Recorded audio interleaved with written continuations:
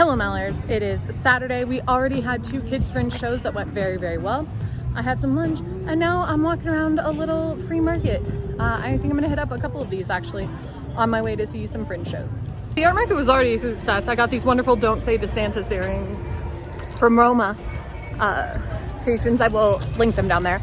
But the best part about these is that she's also from Florida, which is why she makes them. So we had a nice chat about being from Florida and maybe she's gonna come to the show.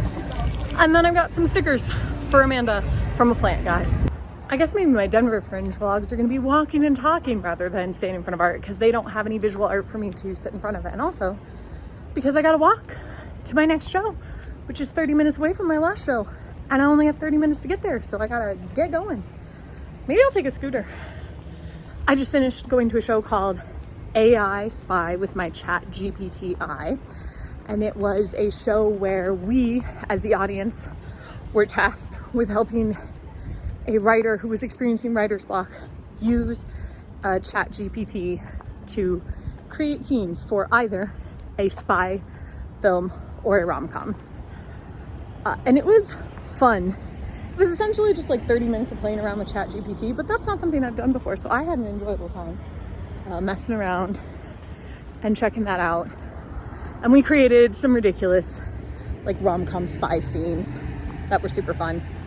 And after this, I am walking to another immersive show, and it's really cool to just see these immersive shows at Denver. And I'm walking to a place called Hope Tank. I don't know what that is, but the building sounds awesome because it's called Hope Tank. And I'm gonna see another immersive show. This one's called Taste the Rainbow, and it's about ice cream.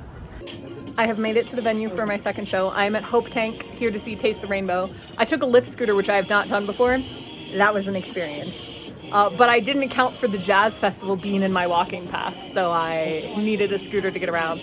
But look at this gorgeous wall in this room. It's so pretty. I'm excited for this whole thing. I have 2 shows that I've seen that I haven't talked about yet, but I am at Sandy and I need to just talk about this space for a second. So this is River North Media. I don't know what they are normally, but this is clearly a psych wall for filming and or photography. But the lighting here is fascinating.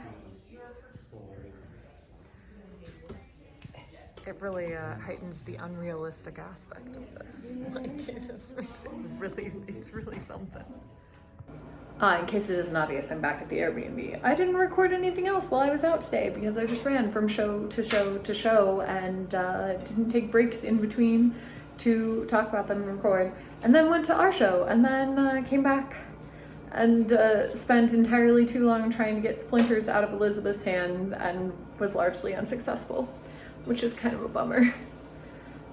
But I did see 3 pretty awesome shows since the last time we talked. So obviously I went to AI Spy with my chat GPT eye, which we talked about. And then I took a scooter to Taste the Rainbow, which was another immersive show that did qualify as immersive. I went into a room completely devoid of color. It was just like black, and they had black ice cream in 7 colors, red, orange, yellow, green, blue.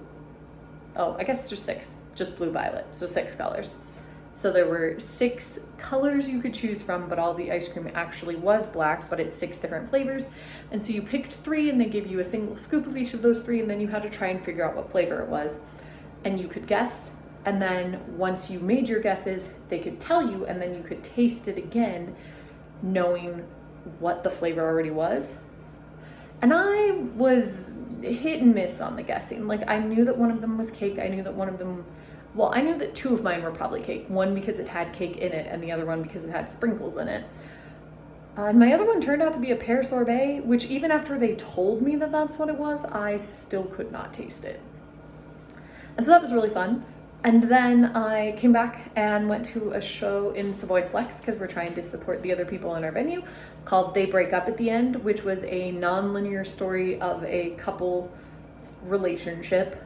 I enjoy that because I like trying to figure out what came first. It's like a fun investigation, and so I liked that part, even if I thought that their relationship was ultimately like really doomed, and not just because the show's called They Break Up at the end, but just because of how they were. And then I immediately went from there to see Sandy, which is another one of the immersive shows, and this one I did not think was particularly immersive. Sometimes people use immersive as a buzzword when I feel like they should say intimate theater instead. And this show was about a woman who purchases a doll to help satisfy her husband. And the doll does a lot of the narration and talking, which was really interesting. So the doll is like slowly realizing who they are. Meanwhile, the woman is trying to become more like a doll so that her husband will like her.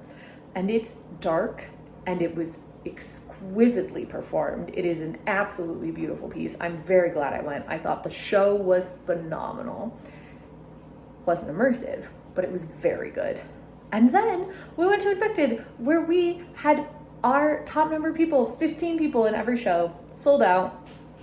Between artist passes and tickets, we topped out at 15 for every single of our 3 performances tonight. And for our final night, it went very well. We did lose a lot of pop lights, but everything else, absolutely awesome. So it has been a fantastic day here at Denver Fringe. I've enjoyed some really fun shows, and I'm looking forward to seeing some more shows tomorrow. And I will also see you tomorrow.